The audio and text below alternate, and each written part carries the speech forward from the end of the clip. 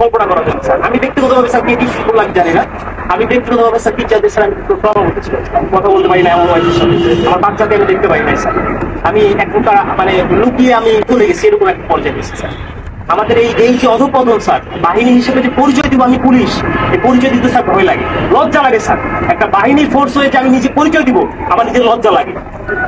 আমাদের আমি একটা ছোট উদাহরণ দিই স্যার, আমি আসার পর যতটুকু দেখছি, এই যে জাতীয় সংসদ নির্বাচন শেষ যে নির্বাচনটা হয়ে গেছে স্যার, এই নির্বাচনে একক যে নির্বাচনটা হয়ে গেছে, পুলিশকে ব্যবহার করে যে নির্বাচনটা হয়ে গেছে, নির্বাচনে সারা বাংলাদেশে এককভাবে মামলা হচ্ছে স্যার। কিছু মামলা গায়েবী মামলা, যে মামলা কোনো ভিত্তি নাই, এই মামলাগুলো আমাদের কি দিয়ে করাইছে স্যার। সাধারণ জনগণ যারা আছে, বিএনপি যারা আছে, জামাত, যে কিছু জানেই না, তাদেরকে আমাদের গ্রেফতার করা লাগছে স্যার। জনগণের মধ্যে আমাদের যে শত্রুতা দৌরাত্ম সৃষ্টি হয়েছে স্যার, এই সাম্প্রতিক সময়ে একটা বিষয় থেকে আমাদেরকে নির্দেশনা দিচ্ছে যে এলাকায় কোনো বিএনপি জামাত থাকতে পারবে, এলাকায় কোনো অন্য হিন্দু ধর্মাবলম্বী কোনো কিছু থাকতে পারবে না। আমার এসপি স্যারকে তো আর মানুষ জানে না যে এটা আমার এসপি স্যারের কমান্ড ছিল, আমার ডিএজি স্যারের কমান্ড ছিল, এটা তো মানুষ জানে না। মানুষ জানে যে এটা আমি একজন সাব ইন্সপেক্টর, আমি এটা করছি। সন্তোষ নামে একজন সাব ইন্সপেক্টরকে মেরে ঝুলাই রাখছিল কি সাম্প্রতিক সময় যখন প্রথম আন্দোলন শুরু হলো স্যার, সেই আন্দোলনে একটা গাড়ি ভাঙচুর হয়, সেটা সরকারবাদী একটা মামলা হয়। সেই মামলার আয়ু ছিল হচ্ছে সন্তোষ, যাকে স্যার এটা জানানোর পরে অনেক প্যাথেটিক একটা ঘটনা স্যার, আপনারা যে দেখছেন হয়তো স্যার, এখানে আপনাদের বিষয়টাও স্যার এখানে আসছে, আমরা সবাই এটা জানছি। তো এইরকম স্যার অনেক বিষয় আছে স্যার, আমরা কথা বলার কোনো সুযোগ থাকে না।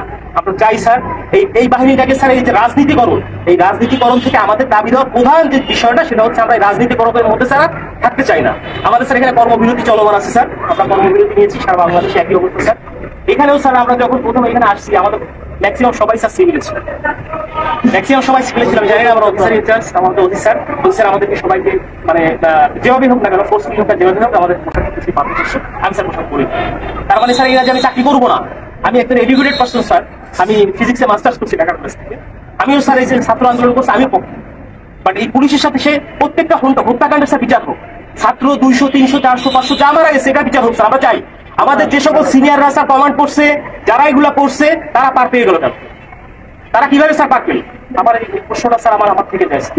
কেন যারা অন্যায় করলো, যারা আমাদেরকে মানুষের কাছে শত্রু হিসেবে দাঁড় করাই দিল, তারা কেন স্যার পালিয়ে গেল? তাদেরকে কেন কেউ আটকালো না স্যার? আমরা যারা এই ফিল্ড পর্যায়ে থেকে গেছি, প্রত্যেকটা মানুষের সাথে মিশে গেছি, আমরাই স্যার বিপদগ্রস্ত, আমরা বিপদগ্রস্ত। কিন্তু স্যার দেখেন বাংলাদেশে এখন পর্যন্ত কতজন পুলিশ মারা গেছে, এই মারার সংখ্যাটা কতজন মারা গেছে, এই সংখ্যাটা আমরা এক্স্যাক্টলি জানি না স্যার। একটা বাহিনী হিসেবে আমরা পরিচয় দিচ্ছি, বাট আমি জানি না যে আমার ফোর্স, আমার অফিসার রাস্তায় পড়ে আছে, কুকুরে লাশ খাচ্ছে স্যার। এই কথা দেখার মতো, বলার মতো কেউ নাই। আমরা আসছি স্যার যে আমরা একটা কার্যক্রম শুরু করবো, আপনারা এটা করেন ওইটা করেন, এটা না স্যার। আগে বুঝতে হবে স্যার আমাদের জায়গাটা কোন জায়গায় স্যার, আমাদের চাহিদাটা কোন জায়গায় স্যার, এটা উপলব্ধি করতে হবে স্যার। আপনারা আসছেন স্যার, আপনারা এই ক্লান্তি লগ্নে স্যার বাংলাদেশ সেনাবাহিনী আপনারা বাংলাদেশের সাথে ওতপ্রোতভাবে জড়িয়ে আছেন স্যার। আমরা চেষ্টা করি স্যার। এখন আমার বন্ধু বান্ধব অনেকে আছে যারা আমাকে নিয়ে ঘৃণা করতো, আমাকে খোঁচা মারতো, পোক করতো, তারাই বলতেছে যে দাদোস চলে কাজ কর, শুরু কর, উপলব্ধি করতেছে স্যার। বাংলাদেশে সর্বপ্রথম স্বাধীনতার যুদ্ধে বাংলাদেশ পুলিশ রাজারবাগে যে প্রতিরোধ গড়ে তুলেছিল, এটা তো অস্বীকার করার স্যার কিছু নাই। সারা বাংলাদেশে পুলিশের অবদান স্যার, অনস্বীকার যে অবদান, এটা অস্বীকার করার কোনো সুযোগ নাই। কিন্তু এই যে দলীয়করণ, এই দলীয়করণটা স্যার আমরা চাই। আমরা দলীয় কোনো গণনের মধ্যে আমরা থাকতেই চাই না স্যার। আমাদের প্রধান পয়েন্ট হচ্ছে এইটা, আমরা চাই পুলিশ একটা নিরপেক্ষ স্বচ্ছ বাহিনী হোক। আমরা স্যার মানে আমরা যে এই যে ইউনিফর্মটা পরে রাস্তায় বের হবো, আমাকে অমুক দলের লোক তমুক দলের লোক আমাকে ব্যবহার করবে, আমরা এটা চাই না স্যার। আমরা এখান থেকে বের হয়ে আসতে চাই স্যার। এবং ছাত্র জনতা যারা মারা গেছেন, আমরা বলতেছি যে ঠিক আছে, স্বাধীন হয়েছে দেশ, আমরাও একত্রিত প্রকাশ করি। আমরা কিন্তু পুলিশ কর্মবিরতি দিচ্ছি কেন?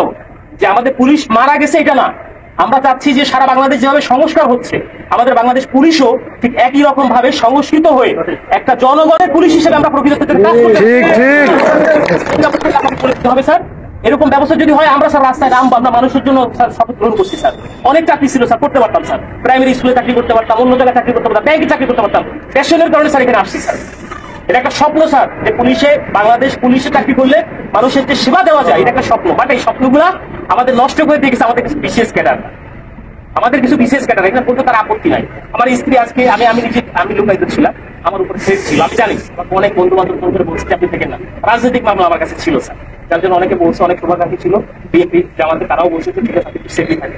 আমি যখন আসছি, আজকে খুলনা থেকে আসছি, গোপনে আসছি, আমার স্যার শেভ করি না, রাস্তায় চেকিং হচ্ছে স্যার, পুলিশ কিনা স্যার, এরকম বাংলাদেশ স্যার আমরা চাই না।